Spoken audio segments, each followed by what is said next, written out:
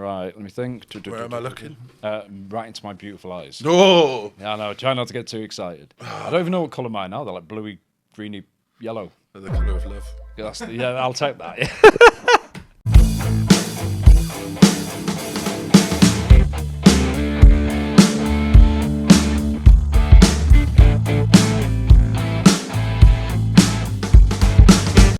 Hello, everybody. My name is Dan Roberts, and this is Real Talk. And today we've got a very special guest. We always have special guests. This is Charlie. Hello. Say hello. How are you? Hi, I'm all right. Are you? Yeah, I'm not too bad, mate. Thanks for coming on, by the way. I know it was very short notice, but thanks for getting it's here. good.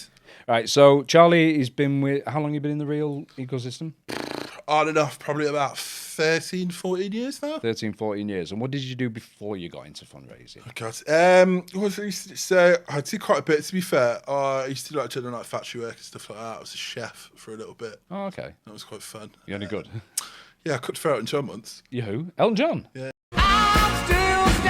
Really? It's nowhere near as good as it sounds. He had like a gig on at Shrewsbury at the football grounds, and I basically I did like contract chef work because like basically if you do events, you'll do like 2 20-hour shifts a week, which at the time you like as an 18-year-old you obviously think is better than working 40 hours over a Yeah. Like if I did it now, I'd die. Yes. Like it's just too much. But yeah, so one of the companies that I contracted for had the contracts for that, so I got to cook for Elton John, which was pretty cool. Yeah. So yeah, it was good. What about anything else? Or did you just do that? Or Predominantly that. I did right before I worked in fundraising. I had like a youth work apprenticeship, okay. but I only did that for 6 months.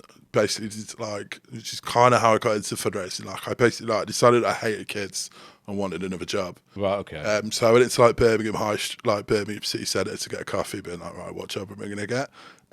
Basically, some street fundraiser came up to me and was like, do you want a job? And I was like, well, actually, I do. And then she was like, brilliant, ask 5 people if they like red or brown sauce. And I was like, this is the easiest job ever. Right, okay. Because that's how I used to recruit back then. You literally used to stand in the street with like a little sign saying, do you want a job? Oh, really? Yeah. No, I weren't around in those days. Yeah. How long ago was this again? This has been like, I'd have been 20, so 13, 14 years ago. 13, 14 years. For quite a in the while. Fundraising industry. Yeah. Yeah. So you've managed and stuff like that. So when you first started, just out of curiosity, what is your PB in a day? I got 14 on street. Mm-hmm. I think my private site's nowhere near that good. It's probably about 9. And then we won't talk about my doors PB. Okay, that's better. No worries. What about now? I mean, what is it you're doing for the company? So I work with Change the World, which is one of the subcontractors of Real. Okay. One of the companies run by a guy called JP. It's really sad. And I basically head up all the recruitment for him. So we do a lot of recruitment. We hire a lot of people within sort of like London. So we've got like a door-to-door team. We just launched a street team last week, which is pretty cool. And then obviously we've got like a roaming team that you'll probably know a lot about. Yeah, I do. Yeah, I join in with them a lot. Yeah. I saw you first time I met you. I think it was what's it called now? Charing Cross. No, we actually met the week before in Preston. You just completely forgot who I was. Did I? So I do that. I'm sorry. It's just I'm so focused on what I'm trying to do. I forget about it. Yeah, I invited you up. I don't think we spoke that much. It was a kind idea. But yeah, it was Charing Cross, wasn't it, last year? Yeah. And we were getting those cheap pasties from Too Good To Go from the pasty shop. Yeah, I still do that. I live right next to a Waitrose. And everyone's like, oh, that's really posh. It's like, no, if you've gone Too Good To Go at like 8 o'clock, you get like a week shopping for £3. That's Ace. Yeah, it's brilliant. So what about like with the recruitment and stuff like that? Is this all London based or is it all over the UK? Or It's predominantly London based at the moment. So we obviously have a roaming team. We do recruit into that. We try and only take like highly experienced people into roaming just because like they run really, really well. And you know, Eddie that runs it is set it up recently, so we want to kind of build it with sort of established people that we know, and then Doors has been going sort of like 3 or 4 years now, so it's really well established, run by like Glenn and a guy called Dino, so it runs really well. So yeah, we are into that mostly, and then Street Team we started last week, which is I really like it because like my sort of passion when I fundraise was street. And that's where all my best fundraising memories are from. So it's really nice to kind of get to be involved in that without actually having to do it. what was it like when you were like back in the day before I started? Because I've been around for about 8 years in this industry now. But what was it like back in the day when you had to do paper mandates and stuff like that? And you know, was it much different to it is now? Was it very? I know it's mad different. You'd be like, so it depends where you were. So like Roman's very different to residential. It's sort of residential, obviously like when I worked in Birmingham, it's sort of not like paper mandates, but you'd have like an office. So you didn't really have to do anything with it. You just hand them in at the end of the day. But Birmingham's quite like Wild West.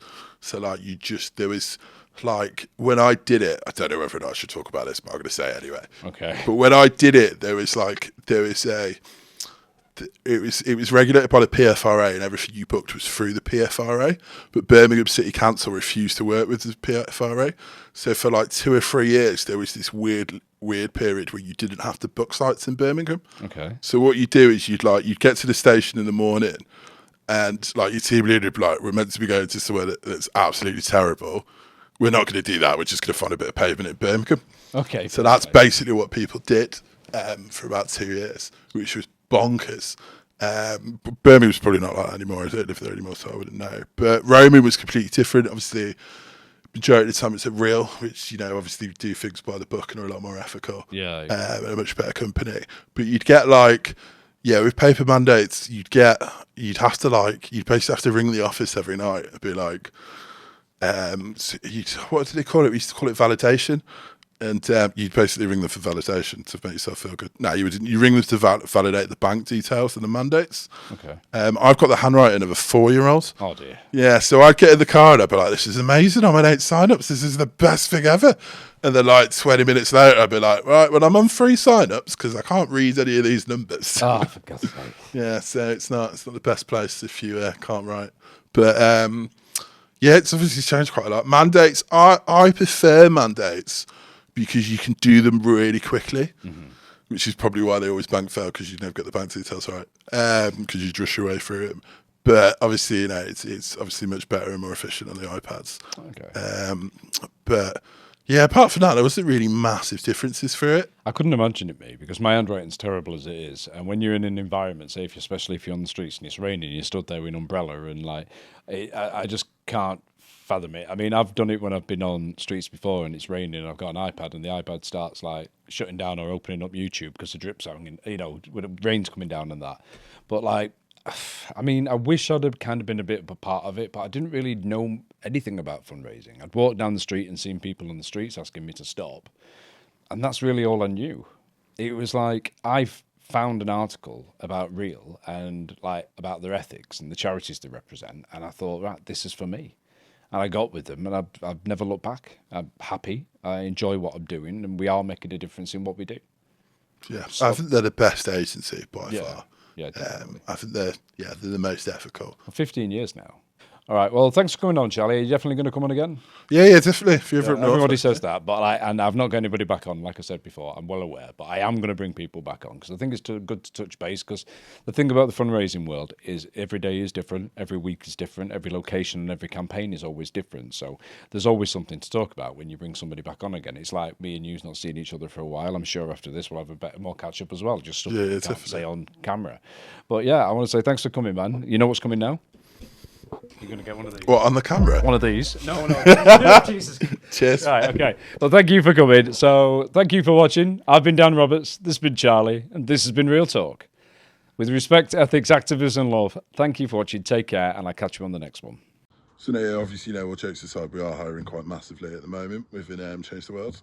So, if you're kind of starting out your career in fundraising, or if you've been in it quite a while, you're kind of looking to set that next step, or just sort of looking for someone that's going to really nurture you. We're massive on culture. We do work with some of the best in the industry, so we're definitely sort of that place to be able to help you through that journey. And, we're hiring through the door team in London and the street team in London that's kind of fresh. So that progression opportunity is really there. And there is brilliant kind of opportunities for you to grow and develop within that. I'll get Dan to put the information down below. So if it is something that you want to do, reach out, the details down below. We'll have a bit of a conversation in more detail, then we'll just take it from there.